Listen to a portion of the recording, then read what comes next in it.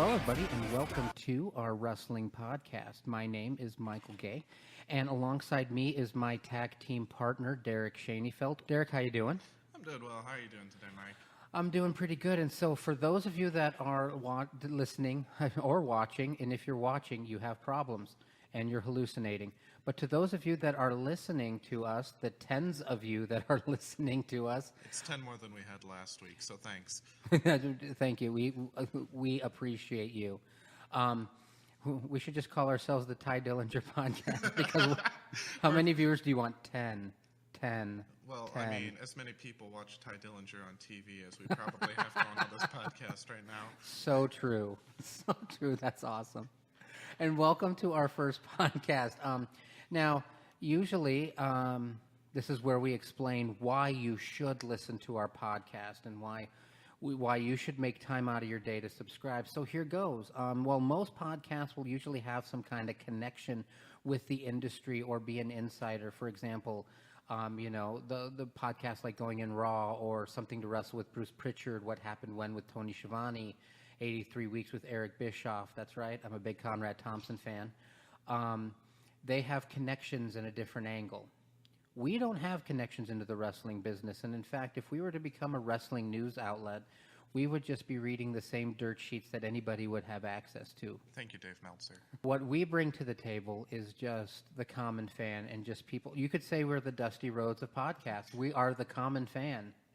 We should call our podcast we should call ourselves the American Dream Podcast because we're for the common man. We have dined with king and queens. For you. We have dined with king and queens, and we have lived on pork and beans.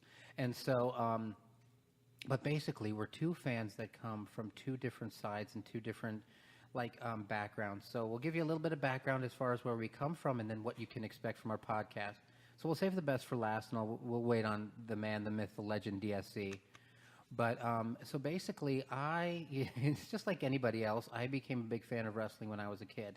I grew up in the Federation era and the early years of WCW, probably about, I'd say, a couple years after Crockett was bought out by Turner. And so I remember watching the main event on Sundays, WCW Saturday night. I still remember when that was the flagship show.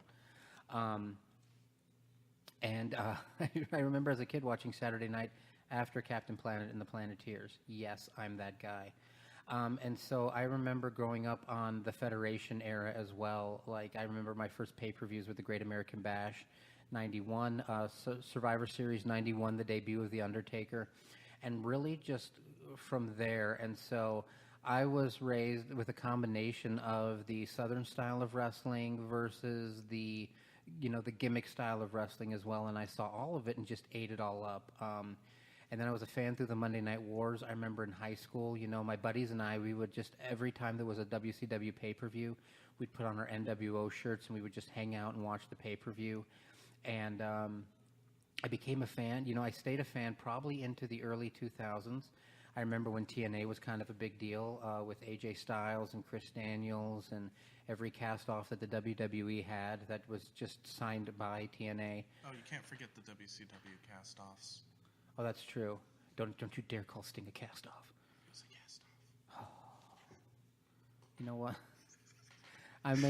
And occasionally I will admit in our conversations I kind of bring the more traditional approach. I'm the typical, if there wasn't a Four Horsemen, there wouldn't have been an NWO. So I'm that kind of guy. I was raised on tradition. Ric Flair's my favorite wrestler. Four Horsemen's my favorite faction. That is going to come up as a subject of ridicule early and often. And so that's what I bring to the table. I stopped being a fan after a while just because I just didn't keep up with it, and then I just kind of lost touch with it. And then I remember when they announced the WWE Network was coming out and that they were going to have access to the WCW library and old stuff from when I was a kid. And so that intrigued me. And so when I got the subscription to the network, I just decided I'd start catching up on what was going on in modern day wrestling, and it kind of just came back from there. And so I am a fan of wrestling and I still watch it, and if I get the chance to, I love to catch a pay-per-view when I can. But I'm, as being a husband and father of 3, life happens, but I always stay in touch. I'll watch replays. I'll still stay in touch with it. And I just thought it would be really cool to just have a podcast about it. And hopefully the goal is to interact with you guys on this. And so I'll go into that a little later, but I'm going to hand things over to the man, the myth, the legend, Derek.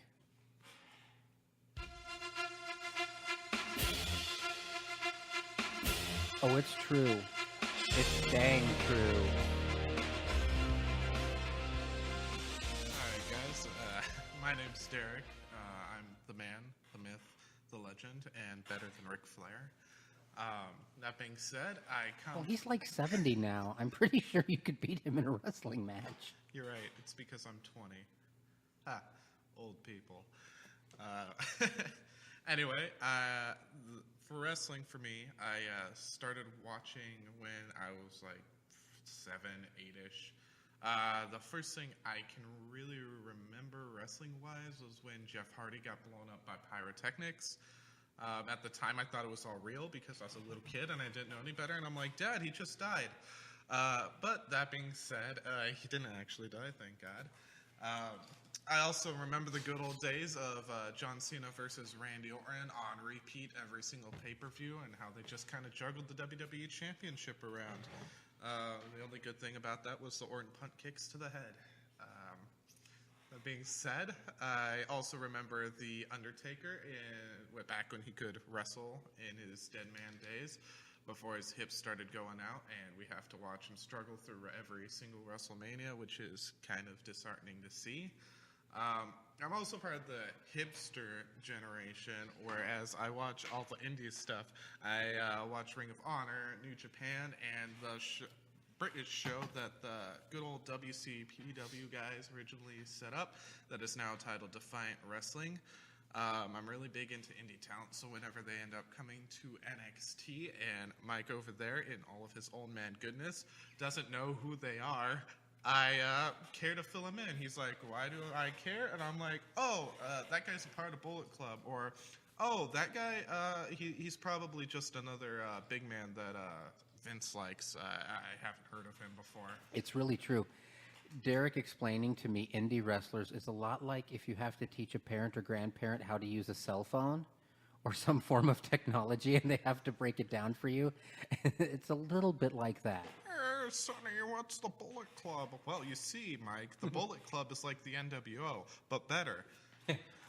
Are they gun enthusiasts? I'm confused. It's because Finn Balor is the real rock and roller. So this is going to be a little bit of what you get.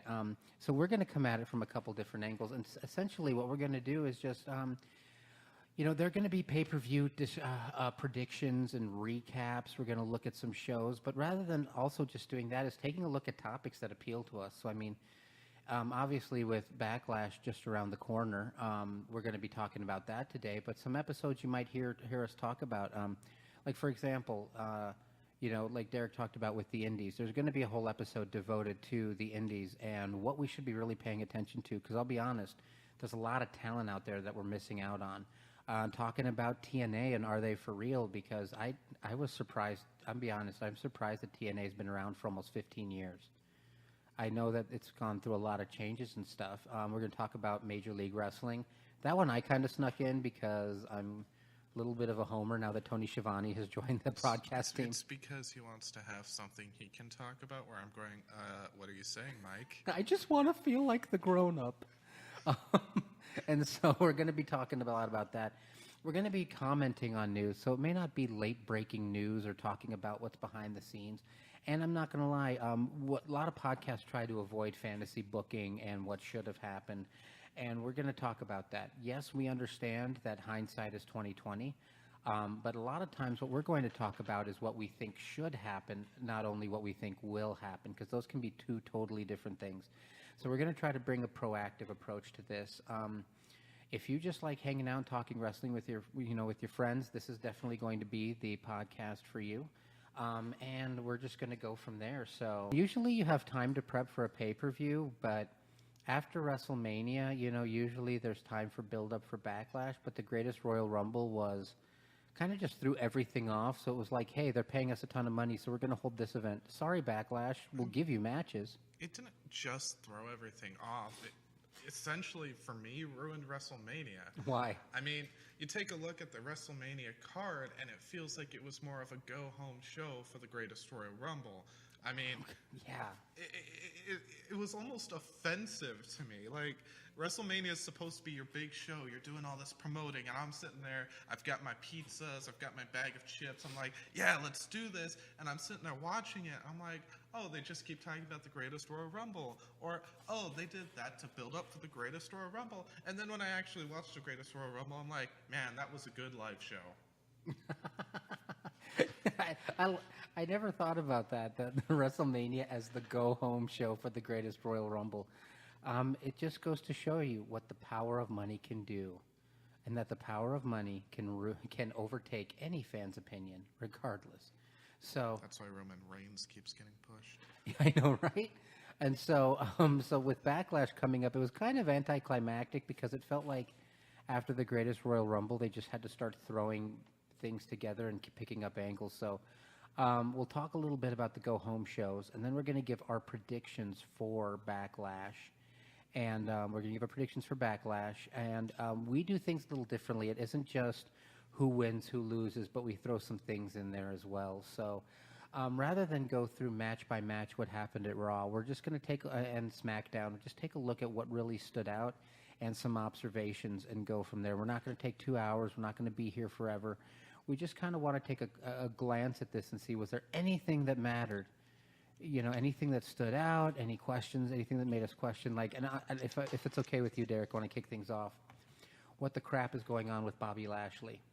They brought him in and have no use for him. That's what's going on with Bobby Lashley. And seriously, like, you know, and looking back now that they keep apparently tagging them up with Braun Strowman, I just thought, what if Bobby Lashley would have actually, like, been Braun Strowman's tag team partner? Don't get me wrong. I love the powerhouse that was Nicholas. I've been a Nickomaniac for years. But what if Bobby Lashley would have been the tag team partner? At least that would have been an angle or something. I mean, if he was the tag team partner, they wouldn't have been able to, you know, drop the belts the way they did.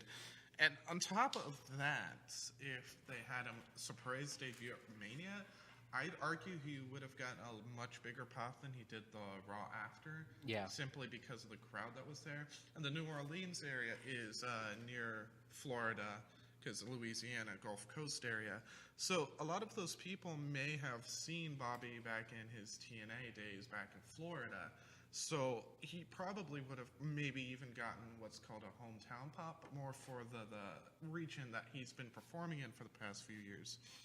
I think it's a big missed opportunity, and if they're just going to have Strowman end up tagging with Lashley anyways, they should have pulled the trigger at WrestleMania. That being said, I've got a better question for you, Mike. Okay. After Reigns losing twice to the Beast incarnate, scared. Brock Lesnar, do you think that there's a chance that Braun Strowman may become the face of the company and that the Roman experiment has failed? All right, so I've been thinking about this because I had a feeling this was going to come up, and here's my thought, and I'm not trying to jump ahead to our Backlash predictions, but I have a feeling that something's going to happen with Strowman and with Lashley, that's going to become a program for a while just to keep Braun occupied, and I still think they're going to try to push Roman for reasons I cannot understand. It seems like that seems to be the plan. But I think that if something happens between Lashley and Strowman, I think that's going to kind of dictate where the direction goes. And I don't know. Like, but I don't know what to think because, you know, everybody thought WrestleMania was going to be it. And everybody thought, including myself, that the Greatest Royal Rumble was going to be it.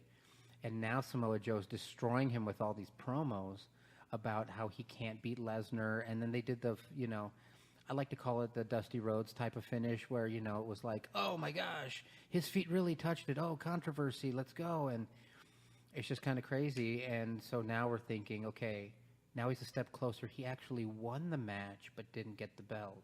So this next match with Lesnar has to be it, right?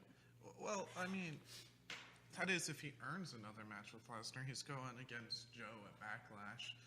And what happens if Joe destroys him? I mean, if Reigns loses to Joe, I think we can effectively call the Reigns experiment dead. I mean, Joe doesn't seem to be the kind of person that Vince would typically push. And that being said, Reigns has already been getting decimated on the mic. So if he gets decimated in the ring, it just shows how inferior he is compared to the talent that's been coming up. If they really do want Reigns to get over, they need to turn him heel. Definitely, yes, yes. They need to turn him heel because of the reactions. Like, he got booed in Saudi Arabia. Not as bad as he normally does, but there was still some boos.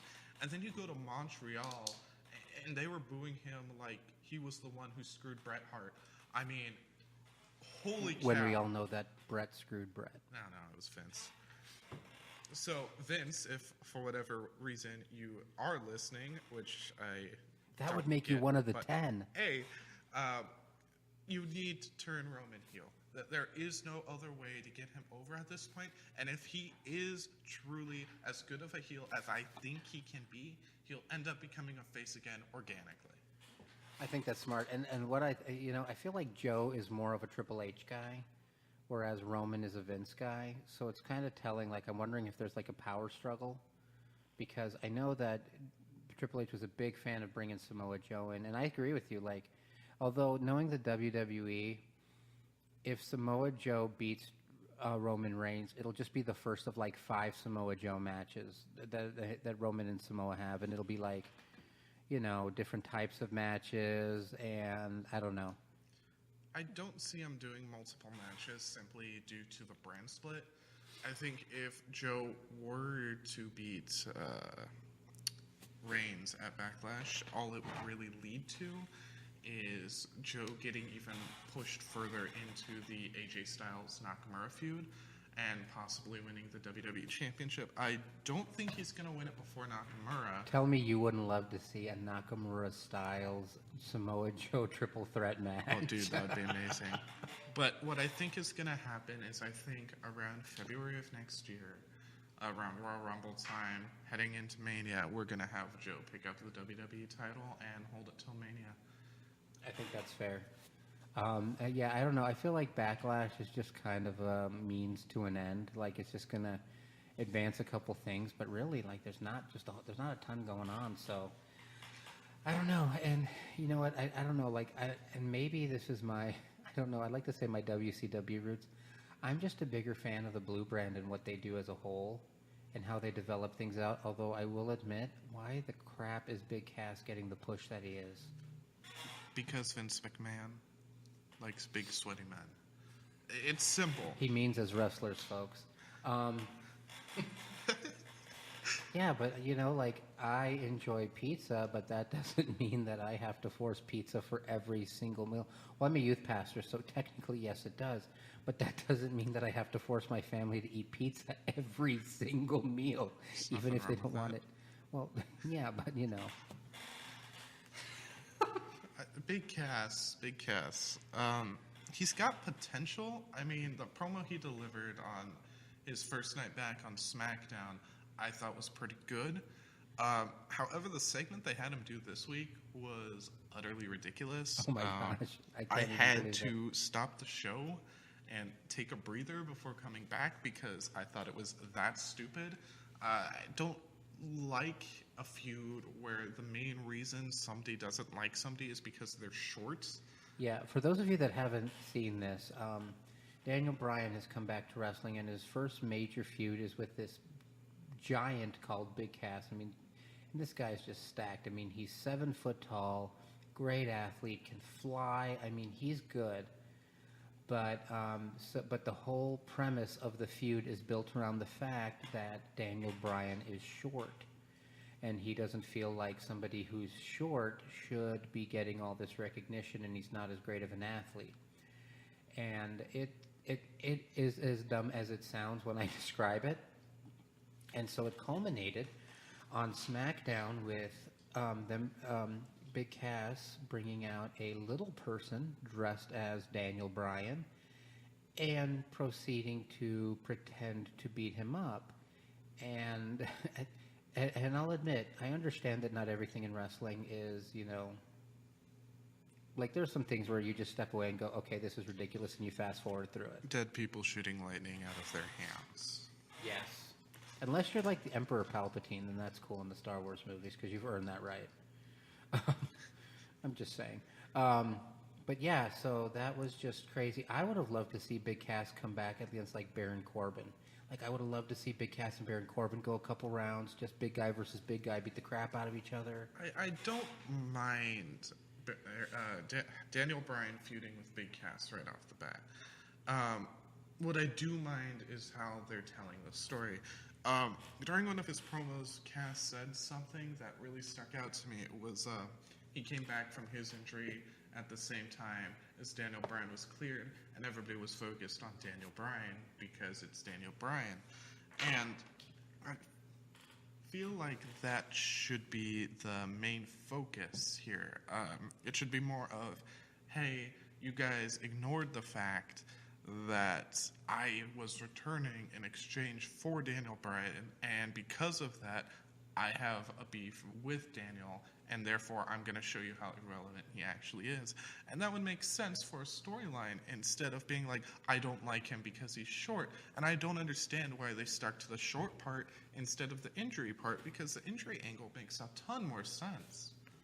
Okay, all right. You kind of swung me around on that one. No, I see what you're saying and bringing it in because Big Cass does, I think, have a lot of potential.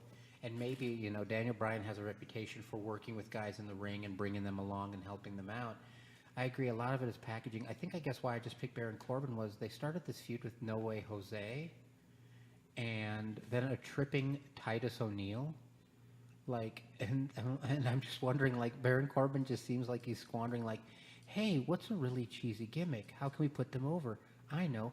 Let's make Baron Corbin ticked off at that angle, and that'll put him over. Like, so. But I see what you're saying with Bryan and Cass. Had they packaged it better, that he's coming back to get what's his. Like if Daniel Bryan pushed him out of contention or that. Okay, that's why you should be a booker. Head booker of Derek Wrestling Incorporated. Let's make it a thing. Can I be like the on-air commissioner where? Okay, for those of you, I'm going to get old right now. Back in the WWE, when it was still the WWF, they had a guy named Jack Tunney. And Jack Tunney was the quote-unquote president of the World Wrestling Federation. And so he would make these official announcements, and he would come out.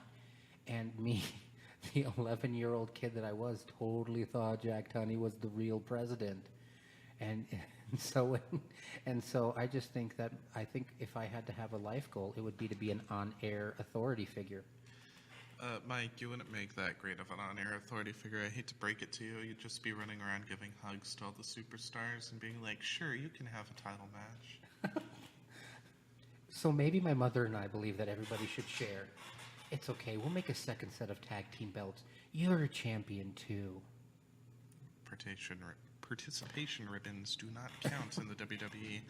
I mean, speaking of participation ribbons, though, how about that reward for the greatest Royal Rumble? I mean, a trophy. It's such garbage. I mean, if you look at the Royal Rumble, you're supposed to get a title match at WrestleMania in the main event, and instead, for the greatest Royal Rumble, you get a trophy. Congratulations, you don't get to main event anything.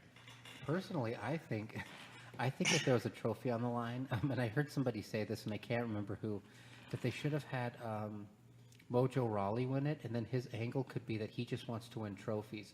Like, forget championship belts. Like, he's just going to collect trophies. And then, like, they could do skits where he's bowling and he wins a tournament or, like, just certain things like that. But, no, I agree. But I think what impressed me more, like when you said participation ribbon, I love the greatest Royal Rumble championship, the let's give Braun Strowman a belt to make him feel happy that he can't have the other belt. So I totally agree. It was like a participation ribbon, like, look, you have a championship too. It will never be defended, and you can wear it in ceremonially, but you're a champ, too. Congratulations, Braun. All those years of hard work and building yourself up, and you get an ugly green belt. It was lime. Thank you. A lime-colored belt. Thank you. Last I checked, the flag of Saudi Arabia doesn't have lime green in it. It has just green in it. If you're going to cloud the issue with education, then we're not having this discussion. Sorry, mate. I'm a history major. That's true. So, okay, so basically, like, one thing that I'm scared of, and I've noticed this in watching SmackDown, I'm afraid that by the time Nakamura and Styles have that epic match, like, all their matches have been incredible. They have not had a bad match.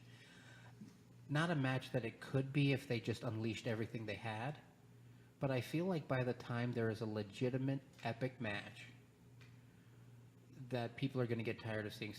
People have been tired of seeing Styles and Nakamura by then with all these gimmick finishes. I think people are already sick of seeing Styles versus Nakamura. I know I'm getting quite sick of all the low blows, and I'm sitting there going, Styles, just work up, man. Like, I'm a Ric Flair fan, and even I'm sick of all the low blows from Nakamura. It's getting to the point where it just keeps happening so much that I see Styles, and I'm like, oh, gonna skip this segment. He's gonna get blowed by Nakamura, which is exactly what I did this week, and it turns out I was right. But this time there was a Kinshasa at the end. Oh, wow. A need to face. Much variety. If anything, they've got to have their blowout match at Backlash. They've already made it a no DQ. They need to have it so Styles wears a cup at some point and Nakamura's low blow fails, but Nakamura needs to pick up that title or at least look really, really good coming out of it. Otherwise, I think his momentum's going to be dead in the water. I mean, it already has kind of gotten to the point where people are like, why should we care about this guy anymore? And it's because he's been so poorly booked. And if anything, it would also give someone like Joe a chance to start contending for the WWE Championship and building up feuds to that. I mean, I can think of 3 good matches right off the bat, whether you have Styles retain and even have Nakamura look good, and you could set up a feud after Backlash with Nakamura versus Daniel Bryan and Samoa Joe versus AJ Styles, or you can have Styles versus Bryan and Nakamura versus Joe. Heck, even throw all 4 of them in and have a fatal 4-way for the WWE title. No, that makes total sense. Like, I don't know. I think Backlash, now that it's a no DQ, just needs to be the be-all, end-all. And I think that they need to keep going down this road of AJ Styles just losing it. Like, he's tired. You know, he's the guy trying to play by the rules, and he just keeps getting cheap-shotted. I just wouldn't mind seeing him, like, okay, let's say that he just loses it. He wins the title. Like, he keeps the title. And then maybe set up something where, like, Joe claims the title or something. But, you know, Nakamura needs to win, not at a Backlash, but maybe like at a SummerSlam or something where he needs to get some kind of debut. Like, I don't know, like done properly. I feel like this angle could have been so much better. At this point with Nakamura, I don't think he deserves to hold the WWE title with how he's been booked. I think he's a good wrestler and should hold it eventually, but with the way he is now, the momentum he's carrying, it just doesn't make sense. I'd say put him in the mid-card and have him start competing for the U.S. title.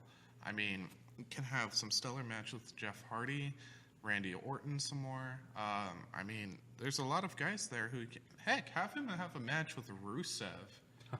That would be good. I mean, that U.S. title picture is stacked. And if you add Nakamura to it and have him win the title and be super heel the entire time, that could really, really build his momentum. No, that makes a good point. So have Styles, you know, keep the title at Backlash in the blow-off match, and then now you have this Styles-Joe angle going on, and then Nakamura go because I mean, there's not a bad match to be had in that U.S. title. I mean, Hardy versus Nakamura, Orton versus Nakamura, like even Jinder versus Nakamura. Well, I mean, Jinder's technically in the Intercontinental title That's true. picture now. I mean, there's no way they're moving the belt back over to SmackDown. Yeah, that might be a spoiler alert to Derek's picks. Just saying. Surprise. That's where confidence points come into play. No, I agree, and so it'll be interesting. What I'm hoping for Backlash, and I think the best thing that I can hope for, is that it's like a reset. Like after Backlash, now we start to have some angles in play. Going, okay, here's where we're going for the summer. Because I don't think it matters at this point if Joe beats Reigns or Reigns beats Joe. Honestly, though, I see Reigns beating Joe. I'm not gonna lie, I see Reigns beating Joe. I could see Reigns beating Joe, but at the same time, if Joe even comes out looking strong, it'll just show the fans even more that Reigns can't go with Brock. Yeah, there's no win. Well, it's not a win-win situation. It's a lose-lose situation, I guess, for Reigns. If he wins, okay, he's supposed to win. But if he loses, dude, crap, you lost to Joe.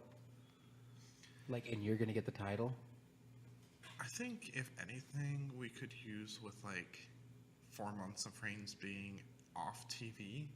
I don't know how you would work it, but take him off TV for a little bit, because I think one of the biggest problems he's having right now is oversaturation. We see him every single week, and it's the same thing. I'm the big dog. I'm better than everybody. Spears, Superman punch, look at me. And I'm not trying to discredit Reigns. I think he's a good athlete. I just don't think we're seeing what he can do, because he's so limited to those 2 moves by the way they book his matches. And on top of that, when they do have him go up against somebody like a Brock or a Braun Strowman, and he gets destroyed, and we're supposed to sit here and believe he can just wreck everybody else. We're like, listen, we know you can't beat these people, but we're going to devalue the rest of the roster. Let's make that happen. No, I think it's good to let some time off. I feel like the Dean Ambrose injury kind of screwed him over, because he was kind of gaining some popularity back when the Shield was a thing, and they were going to do those 6-man tags and stuff like that. And then when all of a sudden it seemed like when Ambrose was out, well, now we had to throw this whole Jason Jordan debacle into the tag team. It was like, well, now there's not a tag team picture. Okay, now we got to figure it out. And really only Seth Rollins is the one that landed on his feet with that. I feel like with the whole Shield angle, it wasn't getting Reigns over. They were just cheering because it's the Shield. Whenever Reigns would get into the ring, when all 3 of them were together, Reigns would still end up getting booed. He'd still end up getting the "you can't wrestle" chants. And people still didn't like him. But then you had somebody like Dean or Seth get in the ring, and there were cheers again. It's just Reigns. People don't like his character. People don't like the way he behaves. People don't like the way his matches are booked. Take him off TV. Give me 4 or 5 months without Roman Reigns. Have him come back and destroy somebody like a Daniel Bryan. Have him murder a beloved face. Make him into an uber heel, thinking that he's the best in the world. CM Punk reference. But have him go in there, talk big game, destroy people, and just be a complete jerk about it. Because if you make him into a character that's believably able to destroy and conquer anybody, because he does have good mic skills, he just always has his best moments where he's sitting there being a jerk. Yeah. The stuff against Cena was money. So have him do that.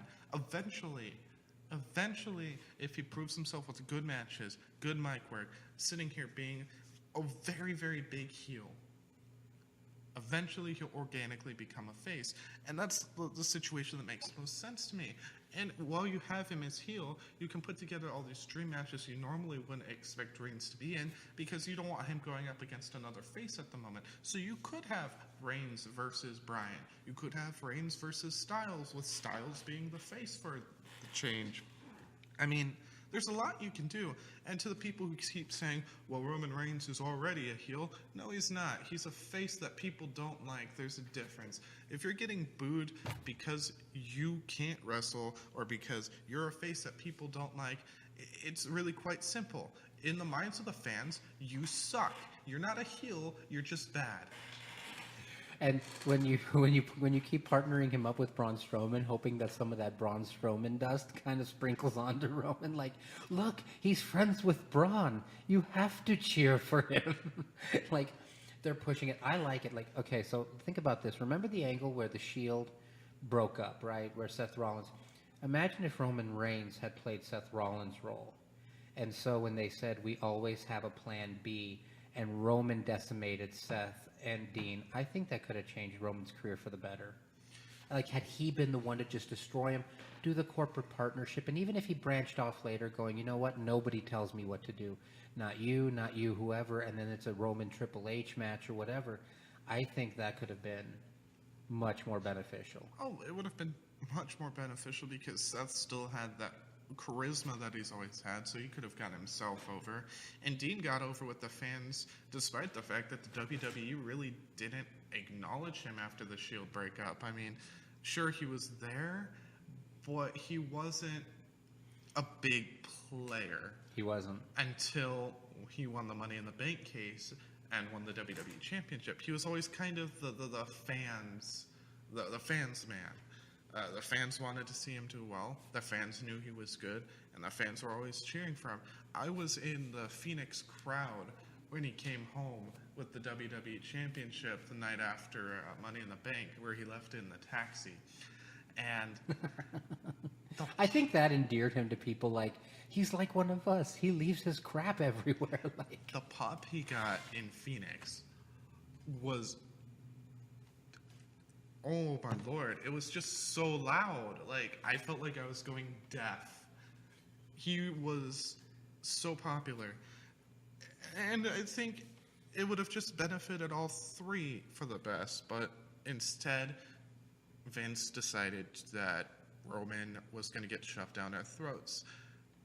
And like I said, I don't hate Roman. I want him to be successful. I just don't think with the way he's being portrayed, he has any hope of getting over with the fans. no, I agree with you. And I think, you know what, like, building off of what you said about benching him, you know, like, have a blow-off where Joe just decimates him and we don't see Roman. And at this point, I don't really think anybody cares about Brock in the Universal Championship. Like, I feel like the Universal Championship's just ceremonial. Like, cool, if Brock comes out and defends it, awesome. Looking forward to SummerSlam, maybe one more, I don't know. But then, like, when Dean Ambrose comes back, like, I think that would be an interesting thing, like Dean Ambrose coming back from his arm injury whenever that happens. And so you see Seth and Dean, and all of a sudden Roman comes out, and it's like, you know, you could have Michael Cole doing, the Shield is back! Finally, after all this time, and then just Reigns plow them over, and then just start, you know, going to town. I don't know, just something like, I know it's a replay of that gimmick, but almost something where it's just kind of like... Well, have it be more not corporate. Have Reigns go out, plow into him, and be like, you guys are supposed to be my friends. You were supposed to help these disrespectful fans like me, and instead, they hate me more than ever. This is your fault. This is everybody back there's fault. And I'm the best. They don't acknowledge I'm the best, so screw the fans, screw the Shield, and screw corporate. And honestly, what would probably end up happening is fans would end up loving him going, he doesn't give a crap, and knowing the WWE in his attempt to be a heel, he would just kind of be the anti-hero. Make him into like a sort of a Brian Cage for WWE, throwing that nice TNA reference there. But Brian Cage has just been kind of showing up and destroying everybody and then just leaving. So have him just interrupt a match between like someone like, let's just throw in Heath Slater and Bo Dallas and just decimate everybody around the ring. Heath Slater has kids, folks. I've got kids. But, yeah, and then just start destroying people. Kind of like what the Shield did when they came back and they were just going after everybody. I agree. Like, I think that this is why Derek should be a booker. So be sure on your, if you have Twitter or the Facebook, be sure to start a hashtag Derek should be a booker. Or better yet, Booker D. Hey. Gotta get that sick pun in there. Hey. I wouldn't be an old man if I didn't. No, I agree. So let's jump in. We could go on this Roman Reigns talk for days. Or what we could do is just make him a free agent. Or him and John Cena could be the most hated tag team ever. John Cena needs to retire. Guys, I know a lot of people criticize the John Cena versus Triple H match at the Greatest Royal Rumble, but if you take that match and you have fast-forwarding capabilities it will actually have the speed of a regular match. To be honest, I actually rather enjoyed the slow pace of that match. It reminded me a lot of why I originally fell in love with wrestling to begin with, because there were parts where it was just brutal despite the slow pace, and the pandering to the crowd to get them fired up was awesome. It's exactly what they needed for an opening match. I agree. Pandering to the crowd always works. I am a real American. You're not Hogan. Fight for the This is how rights you really of pander to the every crowd. man. I am Shock. That's how you get a pop.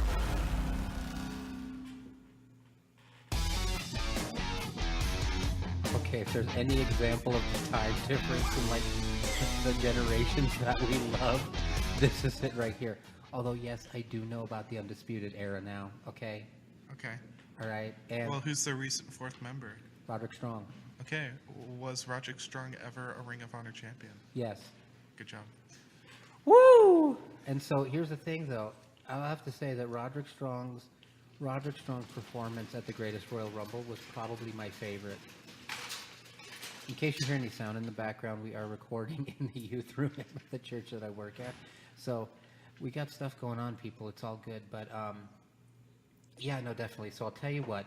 We will jump and go into Backlash, and we're going to talk a little bit about, we're going to go into the matches. Now, this is going to give you a little background about what's going on, a little background about Backlash. Derek and I started a belt challenge, and so this has kind of started to pick up steam in the youth group that I'm a part of. I am the youth pastor, and Derek is one of our student leaders.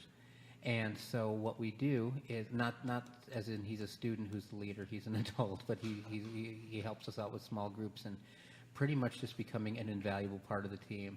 But what we've done is we have these toy championship belts, and so we will make predictions on matches, and whoever gets closest on predictions will win a specific belt. So for example, we have a Universal Championship that's for the Big Four. I know that WWE is trying to push Money in the Bank as the fifth big one. I refuse to buy that. I do buy that. That's going to be another episode for another day. Why don't we do Starrcade? Wait a minute. It's because Stargate's WCW. Wait, WCW is not on anymore? No, so what we've done is we'll make predictions, and what we noticed is we just went straight down the line, and for 3 straight pay-per-views, Derek and I tied on predictions. Now, we didn't predict the same everything, but we ended up with the same score of right versus wrong.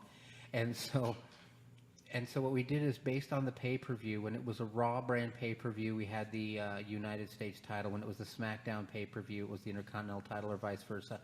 I forget, but what happened was, as we kept getting them right, we ended up, WrestleMania was for like 17 belts. I don't know. And so what we do is we'll make predictions, but then we have added, and actually this was Derek's idea, I will take no credit for this, the idea of confidence points. So tell us about confidence points. Confidence points are a thing I stole from the folks over at Going In Raw. I gotta give them a nice shout out, considering they're a huge inspiration for me. But basically, you have a number of matches, and you attribute a point to each match. So let's say, for example, Backlash has 8 matches. The maximum points you can give the match you're most confident in is 8. Meanwhile, the least amount of points you can give one is 1. And these are numbers ranging from 1 through 8, and you can only pick each number once. And if you get the match right, you get that number of points. In the end, whoever has the most amount of points wins. And it's going to be me, and it's for the Intercontinental Championship. Ooh, Intercontinental. Now, I will tell you that for when Money in the Bank rolls around, we have an actual Money in the Bank briefcase that the winner of that briefcase will be able to cash in any title that they cash in a title shot for any title that they want at any pay-per-view. So I'm going to cash it in at an NXT TakeOver and take the Universal title from him. yeah, he's just going to wait till one I don't know. He's like, there's an indie pay-per-view tomorrow at the Cow Palace in California, and I cash it in. I'm cashing in at All In. At all, I'm What's like, All In? I know Cody's going to be there, and that's it. Cody Rhodes. All right, so what we're going to do is give you our predictions, and then we usually have a couple subcategories, maybe just some predictions and some bonuses. So what we'll do, and eventually here's our goal. Our goal would be to maybe set up something either on social media where we can list our predictions, and then we can have people that listen in, assuming we get people that listen in, that follow us to start doing their predictions as well, and we can make the Bell Challenge a real deal and see where this goes. But yeah, so we'll give you our predictions, and then next week we'll let you know what happened, or you may see a picture posting soon of one of us holding a belt. Speaking of which, Mike, when am I getting that NXT belt? It's actually in my office. I actually have it for you, and I feel bad because I've been holding on to it. I have the NXT belt in my office, and I'll tell you what, I will. Not only will I give it to you today, but we're going to take a picture of the belt. It's going to be nerdy and fantastic. Wonderful, yes. Yes. All right, so let's take a look. All right, so let's take a look first off. All right, so what matches are we looking at? First match is Braun Strowman and Bobby Lashley versus the team of Kevin Owens and Sami Zayn. I'm going to go with Strowman and Lashley. All right, I'm going to take a risk here, and I'm going to say that Zayn and Owens win, and it's going to be, and I mean, I'm going to say Zayn and Owens win, because what I really think is going to happen is I think they're going to, Lashley, I really feel like WWE needs to restock their heels, and I think that Lashley would be better served as a heel, just this destructive monster to go one-on-one with Braun Strowman. I mean, true, everything's going to end in a power slam, but I really think that they're going to cost each other, and it's going to be one of those things where Zayn and Owens don't even realize that they're winning. Like, they don't understand how it happened. That shocked Kevin Owens' look. I can see that, but I could also see it more of being Lashley sitting there being like, yeah, man, we won, and then Braun decimating him afterwards. I think Nicholas is going to run in, and it's just new faction. Okay, I need to stop. I'm going to attribute this match 3 confidence points. Ooh. I'm going to wait to assign confidence points until the end. Next match is Daniel Bryan versus Big Cass. I'm going to go with Bryan, and I'm going to give it 4 confidence points. How many matches are there total? 7? 8. 8. Okay, I'm going to say Bryan with the win.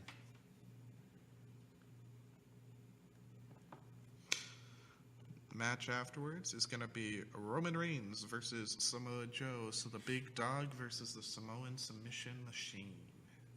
Oh, crap. I want to say, you know what? I'm going to say Reigns. I want to say Joe, but I just have a feeling that Reigns is just going to get the push.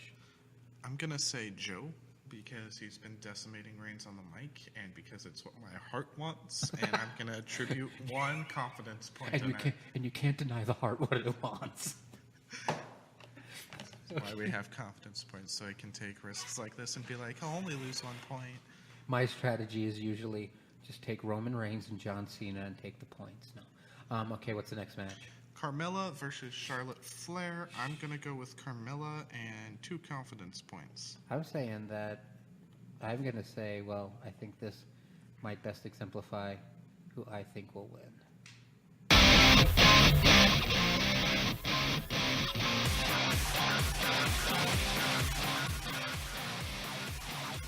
That's right. I think Charlotte regains the belt. I think things are better when she's champ. And yes, part of it is because I'm a Flair homer. I don't see Charlotte winning the belt by any stretch of the imagination. I think Carmella needs to have a nice reign because she deserves it. And furthermore, I don't think this match is going to end in a clean manner. I see Flair getting jumped by Peyton Royce and Billie Kay during the match when the refs distracted, and that costing Flair the match to Carmella. And I mean, in all honesty, that's sound logic. I could see that. I don't know. I feel like that when whoever holds the belt, unless it's eventually Asuka, it's always just a placeholder till they get it back to Flair. I hope not. I like what Carmella's doing on this title run, so this one might actually be interesting on this one. Okay, what's next? Nia Jax versus Alexa Bliss. I say Nia. I'm going to say Nia too. You know what? And I'll tell you what, on a good note, I really like how this has brought the whole bullying thing into the limelight as far as like being happy with your appearance and how you are and things like that. And I'm not going to lie, I'm a father of daughters, and it's not like I'm telling my daughters, look at this women's professional wrestler and see. But, it's just kind of cool to see that kind of angle being pushed. Sorry, that's the sappy dad in me. I'm going to attribute this one with 7 confidence points. Ooh. Next match is Jeff Hardy versus Randy Orton. I'm going with Orton. And I'm giving it 5 confidence points. I hear voices in my head, and they talk to me, and they tell me that Randy Orton's going to win the U.S. title. You want to know why I think Randy Orton's going to win the U.S. title? Does it involve Brother Nero? No, it doesn't. Look how you shut that down. No, Mike. It's because... Even if we get no listeners, I'm still going to record this. It's because Randy Orton is a meme. The RKO out of nowhere is the only reason he's still relevant and winning titles. So that's the secret. Can you just hear Vince McMahon? He's like, we gotta have him win. He's a meme for crying out loud. He's a meme for crying out loud. Don't you know RKO out of nowhere? Yes. What's a meme? I don't get it. What's a burrito? Yeah, if we get like 4 listeners or even no listeners, we're still going to record this every couple weeks. So it's just going to happen because I'm having fun. Yeah, I don't know. I just see, I don't know. I see Orton just, I don't know. I just see Orton doing it. What's next? Seth Rollins versus The Miz. I think we already know where I'm going with this one. I'm going with Rollins and assigning it 8 confidence points. I'm going to say Rollins because they got to keep the Intercontinental title on Raw. Finally, there is a no disqualification match for the WWE Championship. AJ Styles versus Shinsuke Nakamura. And I am going to take my biggest gamble here and say Nakamura. What? At 6 points. Holy crap! I'm gonna say Styles. I'm gonna say that finally Styles has had enough, and because they got to do something with. I don't know. Here's my hope. Like this is what I'm thinking. They got to do like you said earlier. They got to do something with Joe. Have Styles keep it. Move on to the next challenge. And actually, here's what I think. I'm looking at my Reigns pick now. I don't even know. I think based off of the way WWE books and the fact that with the Orton pick, there's only one title change at night, and that they've been trying to build Shinsuke, but it really hasn't been working, that I could see Shinsuke winning simply to see if the belt will do anything for him, much in the way that they had Jinder Mahal win last year. Yeah. So wait. The Bludgeon Brothers aren't defending the titles? It hasn't been announced yet. It might be later in the week, but as far as right now, no, they are not. Dude, we should totally challenge the Bludgeon Brothers. How about we challenge Nicholas for the child title of America? Dude, better yet. We wrestle the Bludgeon Brothers, but the stipulation, they don't show up. I think we would have a shot, but even then it would be anybody's guess. Now, okay, so let's see. I got to assign confidence points. Here's what I'm going to do. I'm going to say, let's see. Can I borrow your pen for a second? No. Dang it. Go get your own pen. Oh, my God. He's got a pen, Kane. Let's see. I'm going to say Daniel Bryan's my 8 points. I'm going to say Reigns is my 1 point. Zayn and Owens, that's going to be my 2-pointer. 3 points will probably be Styles. Rollins will be my 7 points. I think Nia's my 6 points. We'll give Orton 5 and Flair 4. Okay, so. All right, so we have these up, and so now we have these predictions. So now what we do is, now basically the way this works is ideally in a perfect situation, Derek and I would meet up and watch the pay-per-view, and we'd compare. Usually what ends up happening is Derek's watching the pay-per-view. I'm usually doing stuff with my family, checking the occasional updates, which my family's cool with, and Derek and I are exchanging messages. Our goal would be eventually, like what would be really cool, and I'll tell you honestly, if this podcast takes off, either doing a live podcast during the pay-per-view, not the whole time, or even just like live tweeting the event and talking about it and all of that. So we'll just have to wait and see who brings home the Intercontinental title. It's going to be me. I don't know if I can argue with that. I kind of took a couple risks here with the picks. And so just to tell you, well, that's going to conclude it as far as the wrestling content of the show. Here's what our goal is going to be. This was just this is our first episode, just putting it out there to see what works, what doesn't, what you guys like. Our goal is going to be next week. We'll probably have it released either Thursday or Friday. Next week, we're going to talk about the Backlash fallout and where we're going to go into the summer. Like after Backlash, and now that the normal pay-per-view schedule's back on, I think it's Money in the Bank in June. I want to say it's Money in the Bank. And then is it Great Balls of Fire in July? I don't think it's Great Balls. Or do they call it the Great American Bash now? Give me a second. You can look They it up. should call it the Great American Bash. Google. By the way, I want to start a campaign for the WWE to bring back Starrcade. And not like just as this little local event. I want them to bring back Starrcade. They're not going to bring back Starrcade. It's WCW. They hate WCW. Look at the Invasion. Okay, you cannot bring up the Invasion because there were so many factors that didn't play in. If you tell anybody, hey, why don't you go to the WWE and work a schedule or collect $1.5 million at home, what are you going to pick? Going and doing something because staying at home would be boring. Not with $1.5 million, bro. Yeah. So it goes Money in the Bank, then Extreme Rules, and SummerSlam. Okay, so what we're going to do next week is we're going to talk about the fallout of Backlash as well as the Raw and SmackDown after, because we feel like it's good to get a look at the picture to say, okay, where are they going to go from here? And talking about where we see it going for the summer, maybe see what news the dirt sheets might have on it.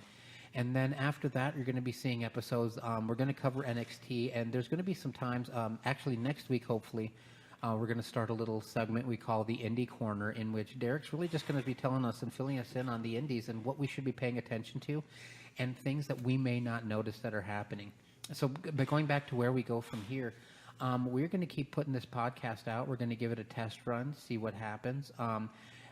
As of right now, we haven't really formulated a name. We're open to ideas for it. We're still trying to figure that out, but right now, our goal is just, eventually we'd love to have a social media presence and just make it interactive, because I know a lot of my friends personally and a lot of Derek's friends are wrestling fans, and just having a forum to have a discussion just for fun. Like, we know it's fake. We don't watch it because it's real. We watch it because it's entertaining.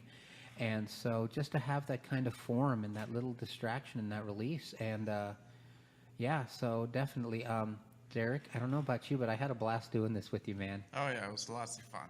And so I can't wait to see where we go from here. I just would say that potentially, Derek, if I had to summarize, use one word to summarize this podcast, it would definitely be...